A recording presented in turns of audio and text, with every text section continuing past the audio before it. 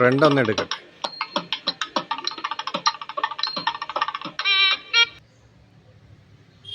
അപ്പം തിരുമേനി ഈ അമ്പലത്തിൻ്റെ ഐതിഹ്യം ഒന്ന് പറയണം. പറയാം. ഐതിഹ്യം എന്ന് പറഞ്ഞാൽ നമ്മുടെ ഈ അയ്യപ്പൻ്റെ ഇപ്പം ഈ സ്ഥാനം വന്നതെന്ന് പറഞ്ഞാൽ അയ്യപ്പൻ 17-ാം വയസ്സിൽ അയ്യപ്പൻ വന്നിരുന്ന സ്ഥലമായിരുന്നു. അങ്ങനെ അന്ന് സന്യാസിമാരും ഇവിടെ ഉണ്ടായിരുന്നു. അങ്ങനെ അദ്ദേഹത്തിൻ്റെ സന്യാസിമാരും ഒരുമായിട്ട് കുശലങ്ങൾ കാര്യങ്ങളൊക്കെ പറഞ്ഞാണ് അദ്ദേഹം ഇവിടുന്ന് മടങ്ങി വെച്ച് സന്യാസേനയെ കൊണ്ട് പോയി.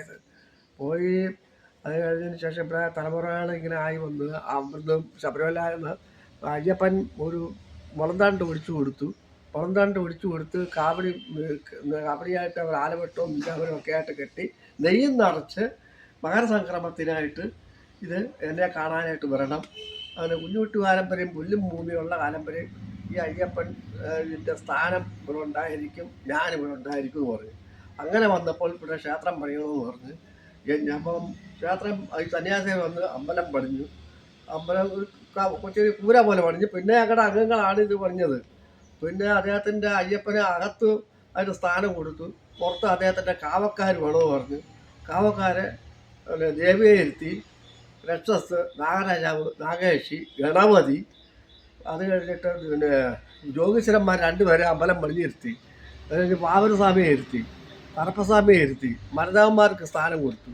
അങ്ങനെ എല്ലാ കാര്യങ്ങളുമായി ഇതിൻ്റെ എല്ലാ കാര്യങ്ങളുമായി മകരസംക്രമത്തിനായി ജനുവരി 3 കരുവ് 19 ഇവിടുത്തെ പൂജകളും കാവടി അറച്ച് നെയ്യ് അറച്ച് ഞങ്ങൾ ജനുവരി 4 ഞങ്ങൾ പുറപ്പെടുന്നത്.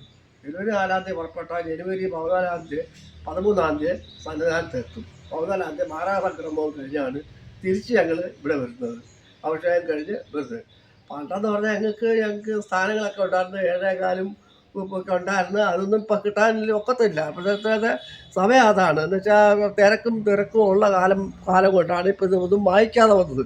ഞങ്ങൾക്ക് പ്രത്യേകിച്ച് അവിടെ കാവടിക്കുന്നം എന്നുള്ള സ്ഥലമൊക്കെ ഉണ്ടായിരുന്നു. 2 സെൻറ്റ് വസ്തു ഉണ്ടായിരുന്നു. അതൊക്കെ പ്രാക്കളമാസയും മറ്റേ അയ്യപ്പൻ്റെ ഈ വിഗ്രഹങ്ങളൊക്കെ തെളിപിടിക്കുകയും വെടിമരുന്ന് തീപിടിച്ച് ഒക്കെ വന്നപ്പോൾ പിന്നെ പുനരുദ്ധാരണം നടന്നാണ് ശബരിമല അമ്പലത്തിൻ്റെ ഈ ഞങ്ങളുടെ സ്ഥാനങ്ങളൊക്കെ പോയത്. പിന്നെ ആൾക്കാർ ജനങ്ങളിങ്ങനെ വന്നുകൊണ്ടിരുന്നപ്പോൾ ഞങ്ങൾക്ക് ഈ ഇതിൻ്റെ അവകാശങ്ങളൊന്നും കിട്ടാതെ വന്ന് ഞങ്ങളുടെ അവിടെ ചെമ്പ് കാട്ടിനകത്ത് എഴുതിയിട്ടിരുന്നായിരുന്നു ഞങ്ങളുടെ കാവടിക്കുന്നുള്ള സ്ഥലം. അതുപോലും ഇല്ലാതായി. പിന്നെ ഇപ്പോൾ ഞങ്ങളുടെ അംഗങ്ങൾ ഞങ്ങളുടെ തലമുറകളിങ്ങനെ ഇത് കൈമാറി ഇത് കൊണ്ടുപോയിക്കൊണ്ടിരിക്കുകയാണ്. ഇന്നും അത് നടന്നുകൊണ്ടിരിക്കുന്നത്. ഇന്നിപ്പോൾ ഇതിൻ്റെ കാര്യങ്ങൾ നടത്തുന്നതും നോക്കുന്നതുമില്ല ഞാനാണ് ഇപ്പോഴത്തെ. പിന്നെ എൻ്റെ കാലം കഴിഞ്ഞാൽ ഇനി ആരാന്ന് വെച്ചാൽ അവർ ചെയ്യട്ടെ, അതേ ഉള്ളൂ.